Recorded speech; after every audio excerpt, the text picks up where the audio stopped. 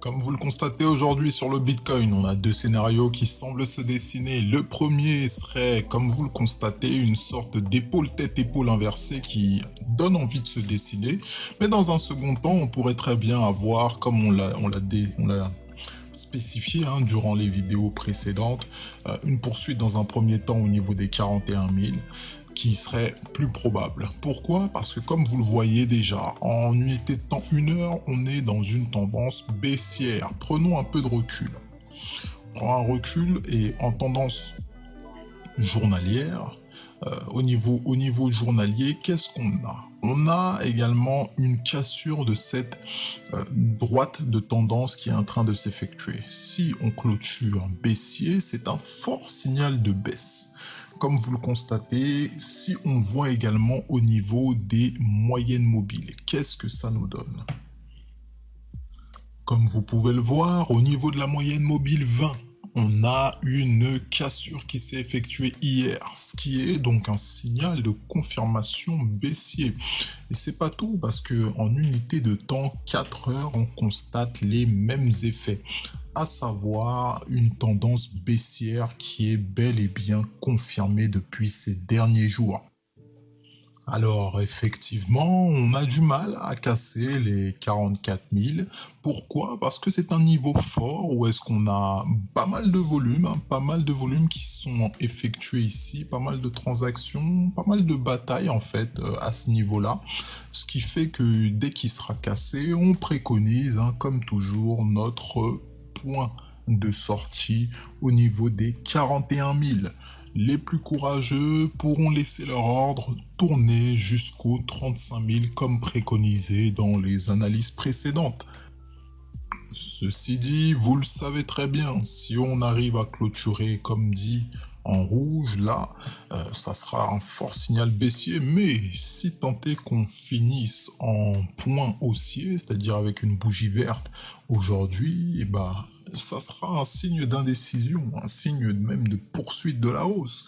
Donc ça peut être un rebond ou une continuation de cette tendance baissière. Comme on l'a spécifié, ça semblerait donc ressembler à une épaule tête-épaule inversée. Donc si on vous reportez la distance qu'il y a entre ces deux points, le point haut et le point bas de la tête, vous pourrez la reporter qui nous mène donc aux 60 000.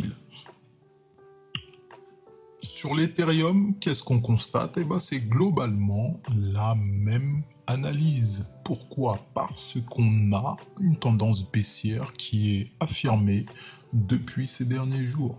Ça nous emmène vers quoi? Ça nous emmène vers les 1400.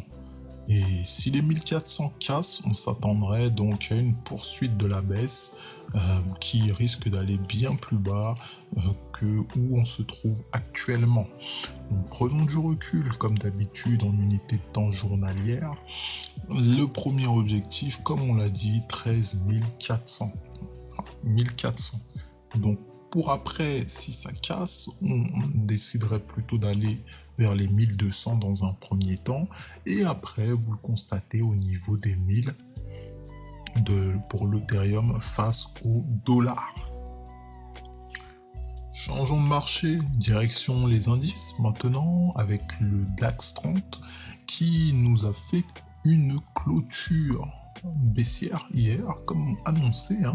On a eu affaire donc à une respiration du cours suite à la hausse qu'on a connue hier. Donc comme on vous l'avait spécifié, ce qui a été préconisé, c'est d'effectuer des trades à la baisse. C'était envisageable, c'était vachement faisable. Alors pour les plus prudents, on vous avait conseillé de s'abstenir. Alors qu'en est-il aujourd'hui? On semble assister à un nouveau range qui semble se créer. Donc, la borne basse, elle va de 13 620 à la borne haute qui atteint les 14 064. Donc, on semble assister à la création d'un nouveau range. Les membres de la communauté, vous le savez, un certain nombre de points préconisés. Là, ce qu'on vise, c'est tout d'abord les 14 060, d'accord? Donc on va tout d'abord essayer de viser cela. Si vous n'êtes pas rentré sur la borne basse du range, vous attendrez tout simplement qu'on arrive vers les derniers plus hauts.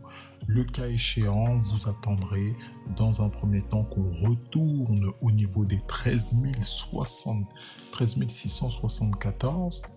Et si le niveau casse, on chercherait dans un premier temps à aller au niveau des 13 550. Qu'en est-il du Dow Jones? Alors pour le Dow Jones, c'est tout aussi simple. On va viser les 31 600 pour effectuer un retournement, donc un trade de vente est préconisé à ces niveaux-là. Ceci dit, le cas échéant, ce qu'on préconiserait, c'est un achat au niveau des 31 200. Donc, patientons de voir où est-ce que le cours va nous mener pour ensuite prendre nos décisions. On le répétera jamais assez.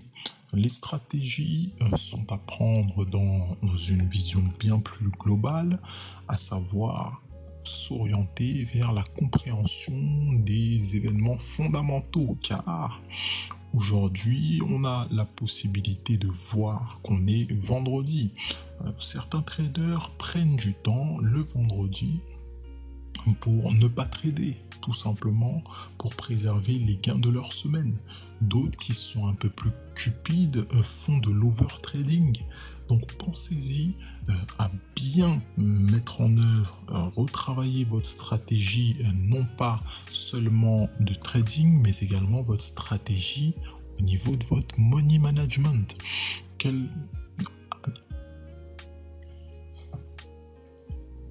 Ça reste très important de se pencher sur ce cas-là. Ça vous évitera donc de gaspiller votre capital, ce qui pourra entacher votre carrière de trader.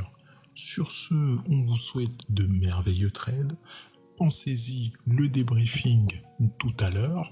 On prend du recul, on passe sur d'autres business tout aussi rentables, e-commerce, et on est curieux. La seule chose que j'ai à vous dire, c'est de prendre sur vous, de mettre en œuvre une stratégie globale qui s'orienterait non pas seulement vers le trading, mais également bien plus loin à travers une matrice de business. C'est ce qu'on vous enseigne, c'est ce qui est enseigné à tous les membres de la communauté.